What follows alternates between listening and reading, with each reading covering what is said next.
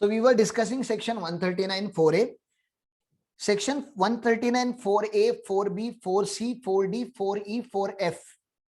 These 6 sections are applicable for special type of assessment, my dear friend.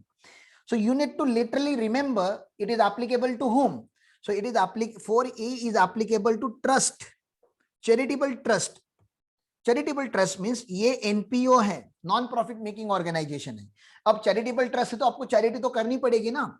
और जो charity commissioner होता है या हमारा कमिश्नर ऑफ इनकम टैक्स होता है यार, उसके पास तो आपका डेटा अवेलेबल होना चाहिए अगर आप बड़ी फर्म हो तो हमने बोला कि आपका सेक्शन 11 एंड 12 का जो एग्जम्पशन है ना, वो क्लेम किए बगैर अगर आपका इनकम एक्सीड होता है बेसिक एग्जम्पशन लिमिट से, which is not chargeable to tax. Ordinary case में आप 2.5 लाख पकड़ सकते हो. अगर आपका इनकम 2.5 लाख होता है, सुनो मेरी बात, अगर आपका इनकम कितना होता है 2.5 लाख के नीचे होता है, 1 लाख, छोटा सा टेम्पल हो आप, 1.5 लाख 2 लाख, तो आपको वैलिड रिटर्न भरना है, लेकिन विद इन 139(1) के ड्यू डेट में भरना मैंडेटरी नहीं है, मैंडेटरी नहीं होता.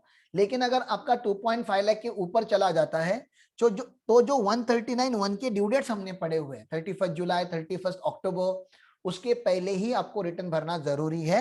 भले 11-12 का एग्जम्पशन क्लेम करने के बाद आपका टैक्सेबल इनकम 0 आ जाए, बिफोर देखना है आपको, ये before allowing exemption under 11 and 12, अगर आपका total income basic exemption limit से ज्यादा है तो आप चैरिटेबल ट्रस्ट हो, आपको रिटर्न भरना मैंडेटरी है. फिर आपके मन में आता है सर अगर नहीं भरा तो डिपार्टमेंट क्या कर लेगा. अब डिपार्टमेंट आपकी जान तो नहीं ले सकता, तो आपको पेनाल्टी लगाएगा. कितनी पेनाल्टी लगाएगा? ये पेनाल्टी है, penalty of 100 rupees per day during such failure continues. आपने जितने दिन का डिले किया 100 रुपया पर डे के हिसाब से आपका वो पेनाल्टी बढ़ते जाएगा. तो ये पेनाल्टी भी इंपॉर्टेंट है, याद रखो. ये किसको एप्लीकेबल हुआ? 139(4A) को. वैसे ही 139(4B) करके सेक्शन है, पॉलिटिकल पार्टीज. पॉलिटिकल पार्टीज को भी रिटर्न भरना मैंडेटरी होता है, क्योंकि उनको भी हम स्पेशल एग्जाम्पशन देते हैं 13A में, इफ यू रिमेंबर, ठीक है ना.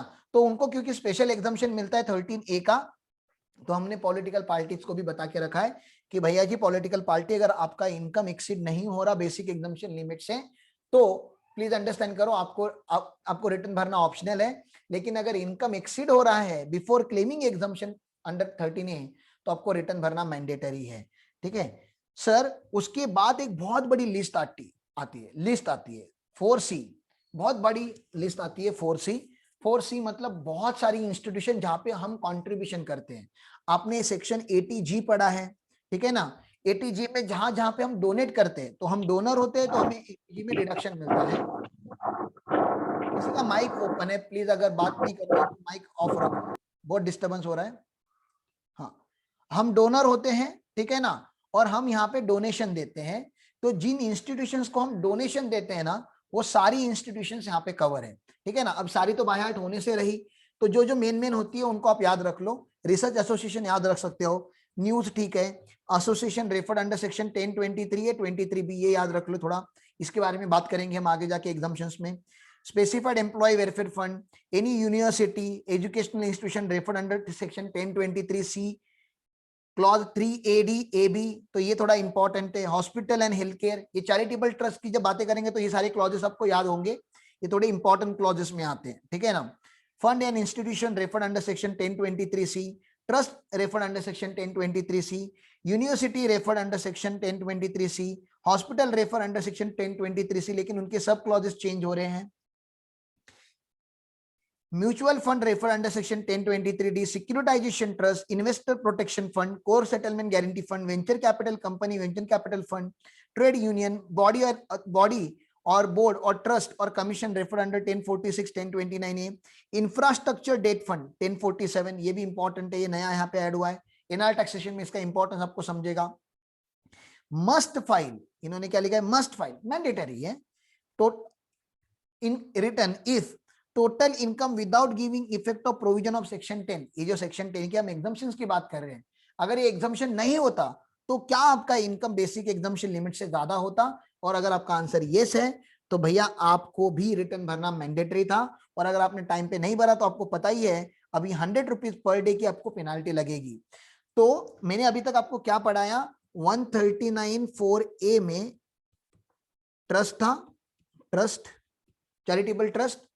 139(4B) में बी बड़े लोग पॉलिटिकल पार्टीज यहाँ पे थी, ठीक है ना। 139 बी में पॉलिटिकल पार्टीज थी, पॉलिटिकल पार्टीज।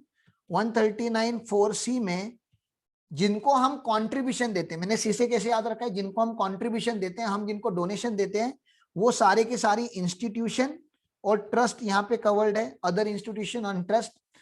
इन तीनों को रिटर्न भरना तब मैंडेटरी होता है जब इनका इनकम बिफोर एग्जम्पशन, जब इनका इनकम बिफोर एग्जम्पशन एक्सीड करता है बेसिक एग्जम्पशन लिमिट, तो इनको रिटर्न भरना मैंडेटरी होता है और इनके लिए ड्यू डेट वही होती है जो 139(1) में लिखी गई है, ठीक है ना।